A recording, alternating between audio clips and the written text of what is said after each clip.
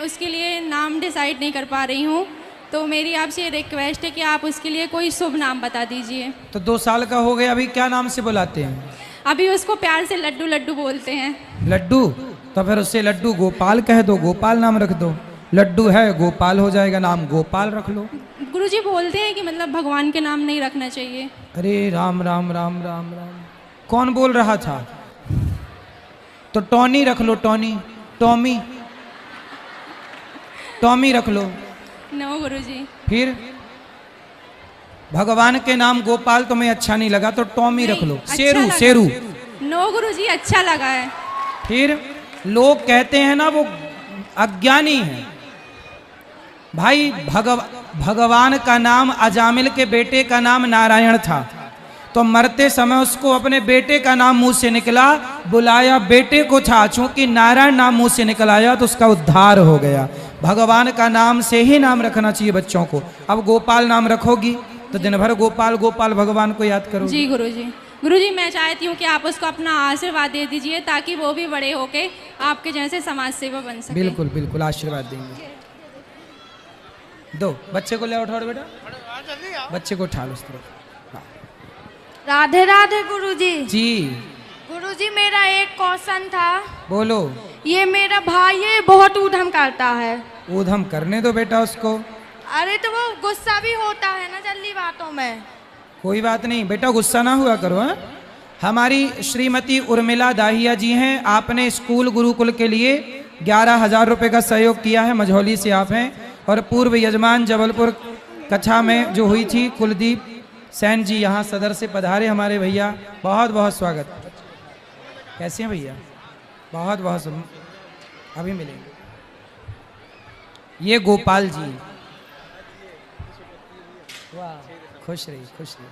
ठीक है गोपाल जी, ये गोपाल जी, श्री कृष्ण गोविंद हरे मुरारी, हे नाथ नारायण वास, इस तरफ आओ। ठीक है गुरुजी, मेरा एक निवेदन है कि आप मेरे भैया को थोड़ा सा दिमाग दे दो। अरे दिमाग कोई मैं निकाल के दे दूं ऐसे? अरे तो थोड़ा उसको समझा तो दो। समझाओ बेटा, बात कराओ। राधे राधे। राधे राधे गुरु। काहे गुस्सा करते हो? अब नहीं करना गुस्सा है? हाँ। पक्का? नहीं करेंगे। ठीक है, बैठ जाओ तो अच्छा लगेगा। किसको बात करनी है? प्रश्न किसका है? बैठो, अभी बैठो, मैं अभी बात करेंगे, पहले बैठ जाओ। गुरुजी राधे राधे जी।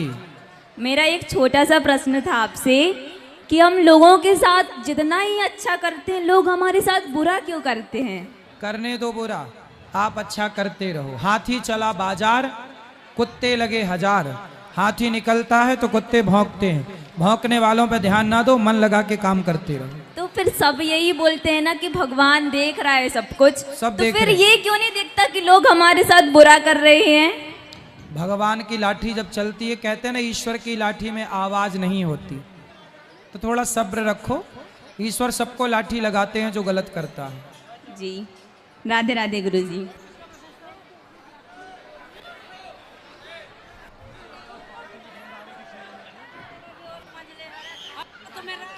श्री राम सेवा दल के द्वारा ये भंडारे में सब भक्त लोग थे। संतोष सिंह राजपूत, प्रशांत शर्मा जी, रामकृष्ण पटेल जी, भूरा सेन जी, आप सब लोगों ने साथ दिया। अंशुल राजपूत जी, ब्रजेश जी, गजेंद्र जी, विक्की जी, अखिलेश जी, धीरेन्द्र जी, रंजीत जी, प्रथमेश जी, सबका बहुत बहुत धन्यवाद।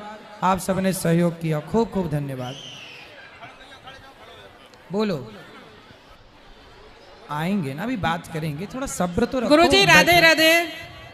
गुरुजी राधे राधे जी। दंडवत प्रणाम गुरुजी चरणों में जी।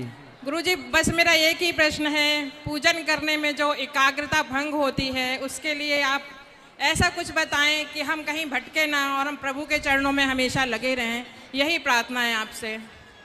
कथा सुना करिए। कथा मैं आपकी और सभी की सुनती हूँ, पर पूजन के समय जो एकाग्रता भंग होती है वो निश्चित रूप से कहीं ना कहीं भटकाव होता है। मुझे ऐसा कुछ बताइए कि मैं उस रास्ते में चल पड़ूं और भगवान का भजन करूं। आप कथाएं सुनेंगे तो धीरे धीरे, कीर्तन करेंगे तो धीरे धीरे मन एकाग्र होगा। मन को एकाग्र करने के लिए सत्संग और कीर्तन, दो संत समागम, हरि कथा, यही करना है। जी जी जी। धन्यवाद गुरुजी। राधे राधे गुरुजी। जी गुरुजी प्रणाम, कोटि कोटि चरण। मैं ये बोलना चाहती हूँ, हमने बहुत गरीबी झेली। मायके में हम 3 बहनें हैं, ससुराल में सब कुछ है, लड़का बच्चा सब कुछ है, लेकिन पता नहीं क्यों मन में बेचैन रहता है। होगा, ठीक होगा। दूसरी औरत के चक्कर में हमारे घर में बहुत ज्यादा तकलीफ मची है। कौन दूसरी औरत के चक्कर में है कोई जो हमारा घर बर्बाद कर रही है। तो कौन है? कौन सा पुरुष औरत के चक्कर में है? हमारा पुरुष। अच्छा, तो वो औरत जो है उसे समझाओ। नहीं समझा सकते, पति बोलते हैं कुछ बोली तो वो औरत कौन है? रिश्तेदार ही है, पड़ोस में? जहाँ पे वो रहते हैं वहीं पे। तो क्यों नहीं? आपको बोलना चाहिए। चुप रहोगे तो कब तक चुप रहोगे? सारी जिंदगी चुप रखेगा? तो घुट घुट के जी रहे हैं गुरुजी की, हम मरने के अलावा कुछ नहीं। नहीं, उसको बोलो, चुड़ैल की छाती पे चढ़ो। कौन तुम्हारे पति को बिगाड़ रही है? नहीं बोल सकते, वो बोल रहे हैं सारी गलती मेरी है। किसकी? मेरे हस्बैंड की। आपकी गलती? आपकी गलती है? वो मेरे हस्बैंड बोल रहे हैं पूरी गलती मेरी है। हाँ तो बोले सुधारो अपनी गलती, अब छोड़ो उस महिला को। बोलो कि भाई गलती है तो सुधारा भी तो जा सकता ना गलती को, कि गलती करते रहोगे। बोलो पति को, वरना बोलो कि अब मैं छाती पे चढ़ूंगी, इसकी दांत तोड़ूंगी। कंप्लेंट करो पुलिस में। उस नारी, सब कुछ पता है गुरुजी, नंबर नाम सब पता होने के बावजूद भी कुछ नहीं बोल सकते। बोलना पड़ेगा। पुलिस कंप्लेंट करो, पुलिस को लेके जाओ और डंडा लेके जाओ। हस्बैंड मरने की धमकी देते हैं। कौन? मेरे पति। तो या तो हस्बैंड मरेंगे, या आप कह रही हो कि हम घुट घुट के मर रहे हैं। तो किसको मरना है फिर बताओ? आप मरोगी तो उसकी तो बल्ले बल्ले हो जाएगी। वो तो चाहती है कि आप मर जाओ और वो उस चुड़ैल के साथ रहे। इसलिए आप शक्ति हो, नारी को इतना कमजोर नहीं होना चाहिए। आपके पति को वो निगल रही है, उस गंदी महिला से अपने पति को बचाओ। ये झूठी धमकी है कि मर जाएंगे मर जाएंगे। ये यौनी लंपट लोग होते हैं जो औरत के लिए, पराई औरत के लिए मरते हैं। बताओ, इन्हें एक नरक में भी जगह नहीं मिलेगी। सब नाली के कीड़े बनने की स्थिति पर हैं। जो अपनी पत्नी को धोखा देता है, पर नारी से संबंध बनाता है, ऐसे पुरुष का सर्वनाश होता है। करोड़ों जन्म उसको नाली का कीड़ा बन के गुजारना पड़ता है, जो अपनी पत्नी को धोखा देता है पराई नारी के चक्कर में आकर। आपको घुट घुट के नहीं जीना चाहिए, आपको पति के साथ रहना चाहिए। 24 घंटे उसकी सिक्योरिटी में आप रहो। आए तो उसको ठीक से रखो। हर बात बुरी लगती है, हर बात बुरी लगती है। लगने तो बुरी।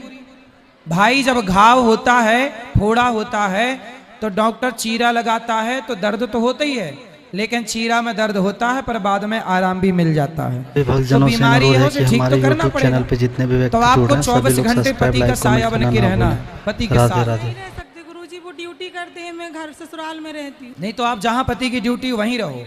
मैं बोली हूँ कि मुझे लेके चलो, तो मना कर रहे हैं। नहीं, मना कैसे करेगा? आप जाके रहो, हम रहेंगे यहीं पे। आपको तो वो बोलेगा कि वहीं रहो, आप जाओ वहीं, बोलो मैं यहीं रहूंगी। उसी द्वार पे रहना, उसी दरवाजे पे खड़ी रहना। पुलिस को बताना कि देखो ये मेरी पति के साथ ये महिला रहती है। एक तलवार लो।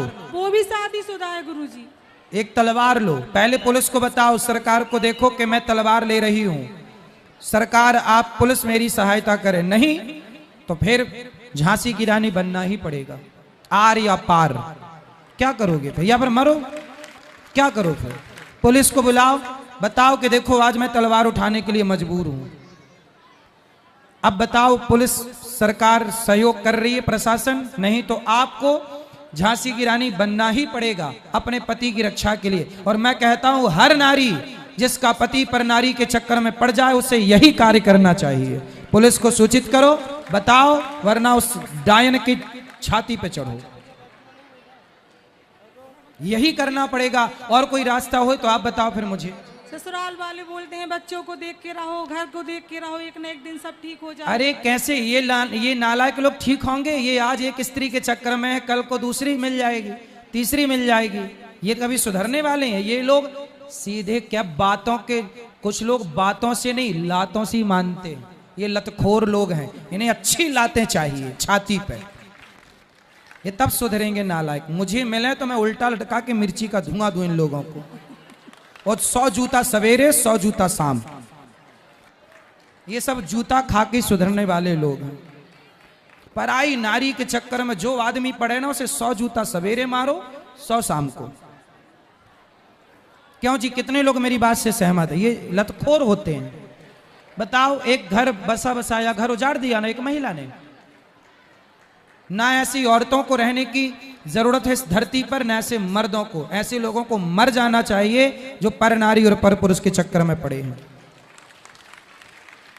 ऐसे लोगों से इस देश का, ना राष्ट्र का, ना समाज का कुछ नहीं भला। मर जाना अच्छा है। क्यों? ऐसे लोगों का। आपका मरना, आप तो जियो, आपका जिंदा रहना जरूरी है बच्चों के लिए। लेकिन ये नालायक लोग जो अपनी पत्नी को और अपने पति को धोखा देते हैं, ऐसे लोगों को मर जाना ही ठीक है। ठीक है? हिम्मत हारो ना और राम विसारो ना। लड़ना पड़ता है अपने अधिकार के लिए। अर्जुन को भी लड़ना पड़ा। द्रौपदी के बाल पकड़ के दुशासन ने खींचा। लड़ना पड़ता है, तब सम्मान मिलता, तब न्याय मिलता। बिना लड़े अर्जुन को न्याय नहीं मिला तो हमें तुम्हें क्या मिल जाएगा? ठीक है, चलो इस तरफ लाओ। जय श्री कृष्णा गुरुजी। जी। राधे राधे जी। गुरुजी, मेरा यह प्रश्न है, मैं भक्ति करती हूँ, भगवान को पाना चाहती हूँ, तो पाओ। आप ऐसा बता दीजिए उपाय कि मैं कैसे भगवान को पा सकूँ। भगवान को पा सको। जी। शादी हो गई? जी गुरुजी। पति है? जी। पति कौन है? है ना, हमारे पति भगवान है। अरे तो भगवान पा तो गई आप पति के रूप में। कह रही हैं पति भगवान कब मिलेंगे? तो पति भगवान ही तो होते हैं ना? जी। नहीं होते? जी। कौन होता है पति बताओ? परमेश्वर होते फिर आज तो कह रही हो परमेश्वर कब मिलेंगे। कितने साल पहले शादी हुई थी? 25 साल हो गए। हेलो, 25 साल पहले ही मिल गए आपको परमेश्वर? नहीं पहचान पाई आप? पहचान लिया गुरुजी, लेकिन भगवान को पाना है हैं? मुझे भगवान को पाना है। पति भगवान नहीं है मतलब है? फिर कौन से भगवान को पाना है? जिनकी मैं भक्ति करती हूँ। अनुसुईया जी ने पति की सेवा करके ही ब्रह्मा विष्णु महेश को गोद में खिला लिया। नारी पतिव्रता होए तो ब्रह्मा विष्णु घर में आके तुम्हारे नाचें, क्या बड़ी बात है। भगवान वश में होते हैं नारी के, पतिव्रता नारी। पति को परमेश्वर मानकर सेवा करो, तुम्हारे द्वार पर नारायण ना जाए तो कह देना। जी, मुझे आभास होता है गुरुजी, बहुत ऐसे संकेत होते हैं कि जिससे मुझे भगवान मेरे पास में रहते हैं। बिल्कुल, मैं बता नहीं सकती, मुझे बहुत अनुभव होता है। आस पास ही रहते हैं मैं भगवान। प्रत्यक्ष देखना चाहती हूँ गुरुजी। जी। उसके लिए और क्या करना पड़ेगा? बस पति की सेवा करो बिंदास। जी।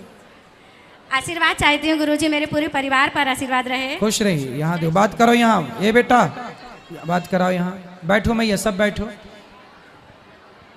राधे राधे गुरुजी। जी। आपके चरणों में मेरा सादर प्रणाम। खुश रहिए। कैमरा थोड़ा दूर कर लीजिए क्योंकि मेरी बहन देख रही होगी।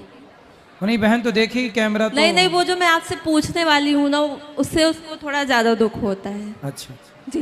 पर कैमरा तो रहेगा ही। नहीं क्या? तो फिर ऑफ कैमरा पूछ लेना बाद में जब यहाँ से उठे। यहाँ जो बोलोगी वो सारी दुनिया सुनेगी। तो मैं आपसे एक प्रश्न पूछती हूँ, उसमें कैमरा चालू रहे बट दूसरे में ना रहे। क्या प्रश्न क्या है ये बताओ? प्रश्न कैमरा चालू है। कैमरे तो भी चालू हैं, बाद में पूछ लेना। एक फिर सेकंड। मेरे पापा की जब डेथ हुई थी तो जब हम लोग छोटे छोटे थे, फिर उनको जब जला करके आए कुछ लोग, उनमें से थे 1-2 लोग जिन्होंने कहा कि मतलब वो जिंदा थे। पिताजी? हाँ। तो मतलब ये है तो कि पिताजी की डेथ कैसे हुई थी? अब 1 हफ्ते तक उनको बुखार था, इलाज हुआ, फिर उसके बाद पता नहीं कैसे क्या हुआ, अचानक से उनकी डेथ हो गई ठीक होने के बाद। फिर और मतलब उसमें ये भी था कि पीपल की लकड़ी कुछ मजदूर लोग काट के हमारे खेत में लगवा दिए थे। हम लोग तो इस बात को नहीं मानते, लेकिन जैसा कि सुना सबसे, मगर उसमें समझ में नहीं आ रहा है। जैसे हम लोगों को याद आता है, मेरी और मेरी बहन को पता है, तो हम लोग रात भर हम लोग सो नहीं पाते।